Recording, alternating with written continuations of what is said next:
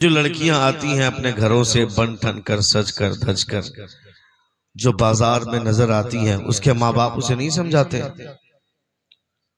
हम यहाँ बैठकर गला फाड़कर क्या करेंगे जब उसके माँ बाप दयूस बनकर अपने बच्चों को भेज देते हैं।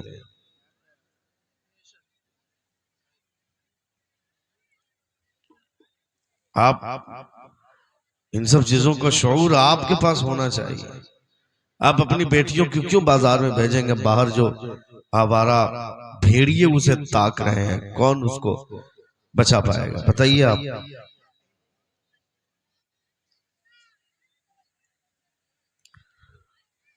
उस कदर भीड़ भाड़ में एक दूसरे को टक्कर मारना, एक दूसरे के साथ आंख मिचौली का खेल खेलना, वो भी जलसों के बहाने, कितना घिन आता है, कितना बुरा लगता है। अब मेरे सामने जितने लोग हैं, यही लोग नफीस तरीन लोग हैं जो छट कर बैठे हुए हैं। अगर आप मोहब्बत के साथ बैठे हैं, हुजूर के नाम पर बैठे हैं, तो हुजूर के नाम पर एक बार खड़े होकर के बताएं मुझे।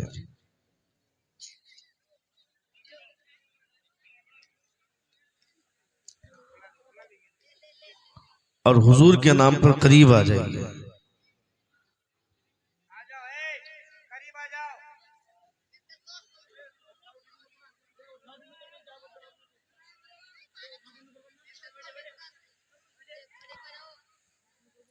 आइए, करीब आइए।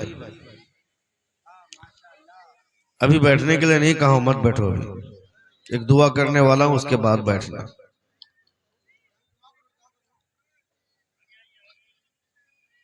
उस कैमरे के आगे भी आ सकते हैं, कैमरे की बेहुरमती नहीं होगी। आइए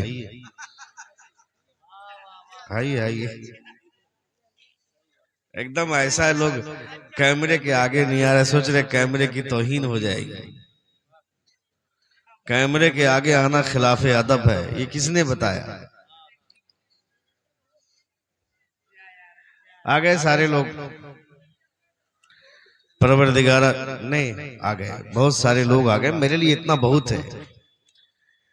परवरदिगारा, जो लोग तेरे महबूब के नाम पर खड़े हुए और चंद कदम चलकर यहां तक आए, मौला इन तमामों को मरने से पहले पहले गुंबद खजरा की जियारत नसीब अता फरमा।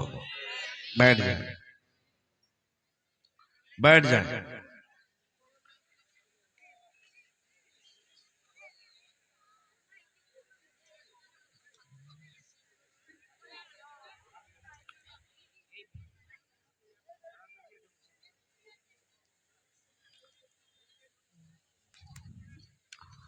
तकरीर, अच्छा, हालात किस कदर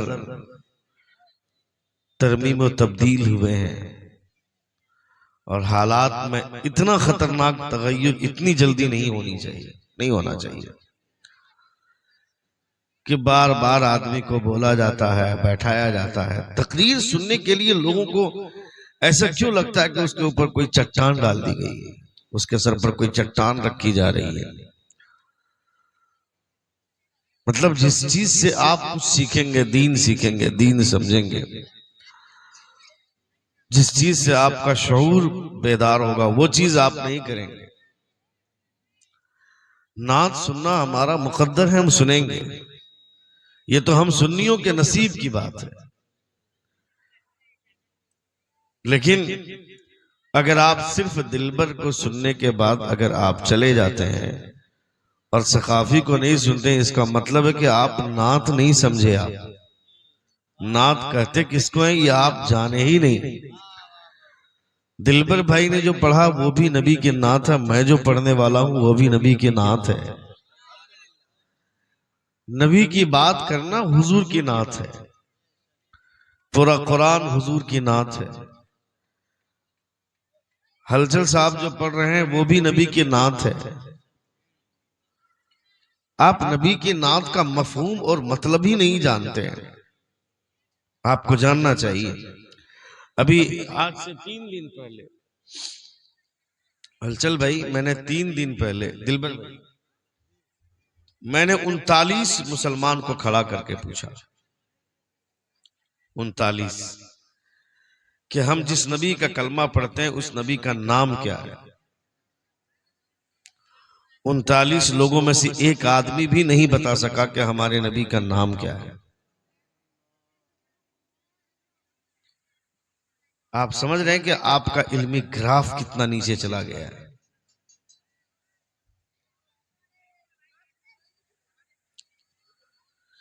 नबी कौनैन जब मक्के के हुदूद में दाखिल हो रहे थे शान के साथ, जिस दिन फतेह मक्का अल्लाह रब्बुल इज्जत ने हुजूर को अता फरमाया और मक्के की छत पर इस्लाम का परचम लहराया, उस दिन हुजूर के सर पर किस कलर का अमामा था मालूम है किसी को? तो बाकी लोगों को वो लोग क्या समझाएंगे। हम आप पर गर्म होकर के क्या करेंगे जब हमारे ही डिपार्ट के लोगों में इस कदर नकाइस हैं कि हम बयान नहीं कर सकते।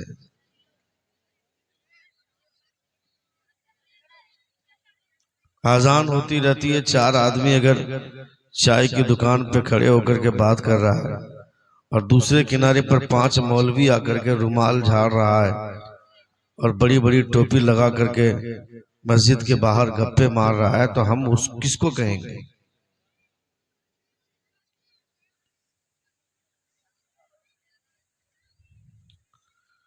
कल तक लोग कहते थे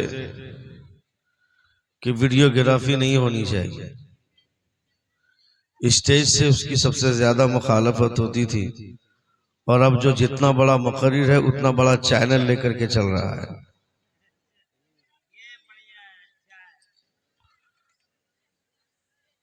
अब उस मौलाना को भी, खतीब को भी नजराना दीजिए और साथ में चैनल वालों का भी खर्चा उठाइए। तो ये दुनिया तबाह होने वाली है, उसके पहले की निशानियां ये सब। हम आपसे क्या शिकायत करेंगे? लाठी के दम पर किसको हुजूर की बात सुनाएंगे साहब? हुजूर की बातें लाठी के दम पर नहीं, हुजूर की बातें मोहब्बत के दम पर सुनी जाती हैं, सुनाई जाती हैं। मैं इन बच्चों को 5 मर्तबा डांट दूं, ये बच्चे डांट के डर से बैठ जाएंगे मगर दिल से नहीं बैठेंगे। जिनको सुनना होगा वो कहीं पर भी बैठ कर, आप नहीं सुनिएगा, नबी का बाजार कहीं और लगेगा, वहां सुना देंगे हुजूर की बातें। हम आए, हमारा काम हो गया। ये तो हम लोगों का अखलाक है कि हम नहीं बोलते हैं कि नजराना पहले से भेज दो, वरना लोग नजराना भिजवा लेते हैं, मंगवा लेते हैं पहले से।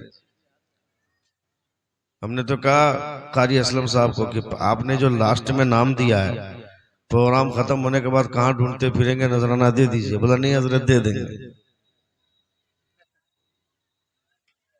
तो हमको भी इनके ऊपर भरोसा है, दे देंगे। हम तकरीर न भी करेंगे तो हमको मिल जाएगा जो मिलने वाला रहेगा। रात के 2 बजे से सफर कर रहे हैं और टेक नहीं लगा पाए, बैठे बैठे यूं ही आ रहे हैं।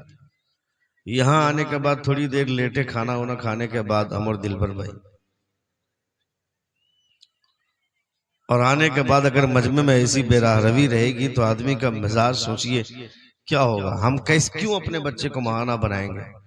एक बहुत बड़े खतीब हैं, हावड़ा स्टेशन पे मुलाकात हुई हलचल भाई, बहुत बड़े खतीब है, मैं नाम नहीं लूंगा। मैं अपनी सीट पर बैठा हुआ था, ट्रेन पे आकर पीछे से हाथ मारा उन्होंने मेरे कंधे पर। मैंने देखा, कहा अरे हजरत बैठिए, साथ में बैठे हम लोग।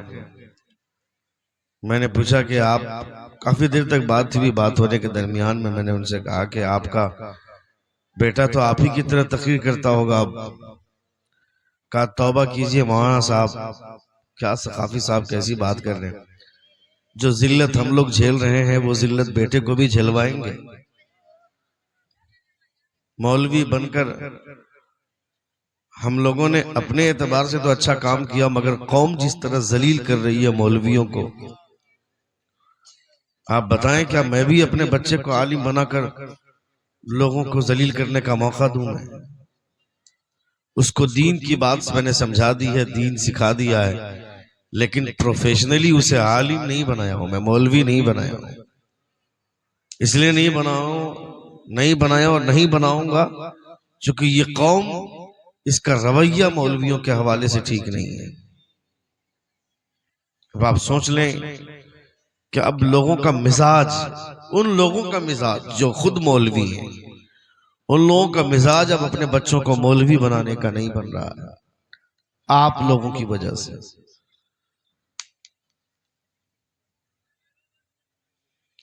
इसलिए इतने नारवा सलूक नहीं होने चाहिए। इतना शानदार जलसा, अभी एक जलसा मैंने पढ़ा किशनगंज में, एक जलसा मैंने पढ़ा किशनगंज में, इतना शानदार प्रोग्राम। मैंने 2 घंटे की तकरीर की। उस 2 घंटे की तकरीर में मुझे एक बार भी किसी को यह बोलना नहीं पड़ा कि मोहब्बत के साथ बैठिए। खिताब से पहले सारे लोग मोहब्बत के साथ बैठे हुए थे, उन्हें यह समझाने की जरूरत नहीं पड़ी, बोलने की जरूरत नहीं पड़ी, खुद ब खुद बैठे हुए थे वो लोग। उसकी वजह यह है, और मजमा यहां से वहां तक खचाखच भरा हुआ है।